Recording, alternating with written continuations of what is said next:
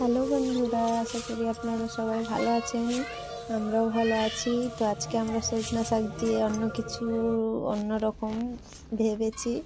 আজকে সজনা শাকের ভাজা খাবো না, সজনা শাককে দিয়ে আমরা কি বানাচ্ছি দেখুন। তো সজনা শাকগুলোকে আমরা প্রথমে ভালো করে ওগুলোর খোসাগুলোকে ছাড়িয়ে নেব, যেন না একটাও খাড়াগুলো থাকে। একদম পুরো পরিষ্কার করে বেছে নেব। তো একটু বাছতে সময় লাগছে, কারণ আমি একা বাছছি আর ভিডিও বানাচ্ছি, বাড়িতে কেউ নেই আজকে। তো আমার একটু কষ্ট হয়েছে। তো দেখুন আমাদের শাকগুলো প্রায় সবই বাছা হয়ে এসছে।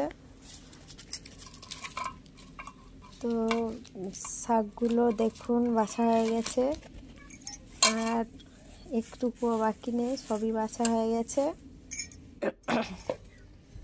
দেখুন শাকগুলোকে এবারে আমরা ভালোভাবে ধুয়ে নেব।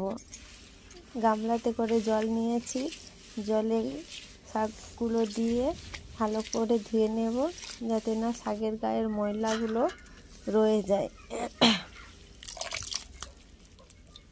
দেখুন হয়ে গেছে, ভালোভাবে পরিষ্কার করে ধোয়া হয়ে গেছে। ওগুলোকে আমরা একটা ছোট কড়াতে নিয়ে নিচ্ছি সিদ্ধ করার জন্য।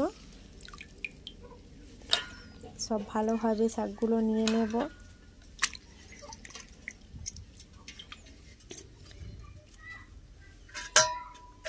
তারপর কড়াতে একটা ভালো করে ঢাকা দিয়ে ওটার মধ্যে যদি কিছু পরিমাণ জল থাকে, সেই জলটা আমরা কষিয়ে নেব, যাতে না একটুকু জল থাকে। তারপর আমরা শাকটাতে একটু সামান্য পরিমাণে লবণ দিয়ে দেব, সামান্য পরিমাণে দিতে হবে, যাতে শাকগুলো ভালোভাবে সিদ্ধ হয়ে যায়। তারপর আমরা এটাকে সিদ্ধ করে নেব।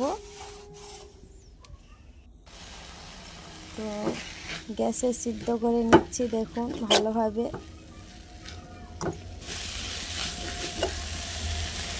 যাতে জলটাকে এমনভাবে সিদ্ধ করতে হবে যাতে একটুকুও জল না থাকে, পুরো ভালোভাবে করতে হবে। তারপর সরষা তেল আর শুকনো লঙ্কা দিয়ে একটু ফুটিয়ে নেব। ফুটিয়ে নিয়ে আমরা একটা পেঁয়াজ নেব, পেঁয়াজটাকে বানিয়ে নেব। বানিয়ে নেব। তো বন্ধু, আমি একলা ভিডিও বানাচ্ছি, তো একটু কষ্ট হচ্ছে, আপনারা একটু আমাকে সাপোর্ট করবেন। দেখুন আমি লঙ্কা নিয়ে নিয়েছি আর পেঁয়াজ নিয়ে নিয়েছি একসঙ্গে। ওগুলোকে আর একটু সামান্য পরিমাণে নুন নেব, কারণ নুন তো আমাদের নেওয়াই আছে। বেশি নুন নিলে তো আবার স্বাদটা আলাদা হয়ে যাবে, তার জন্য একটু নুন নিয়েছি। ওগুলোকে পেঁয়াজের সঙ্গে লঙ্কার সঙ্গে একদম মাখিয়ে নিয়ে, শাকগুলোর সঙ্গে মাখিয়ে নিয়ে তারপর তেলটা আছে, যে তেলটা আমরা সরষা তেলটা ফুটিয়ে রেখেছিলাম, ওই তেলটা আমরা ওর মধ্যে ঢেলে দেব।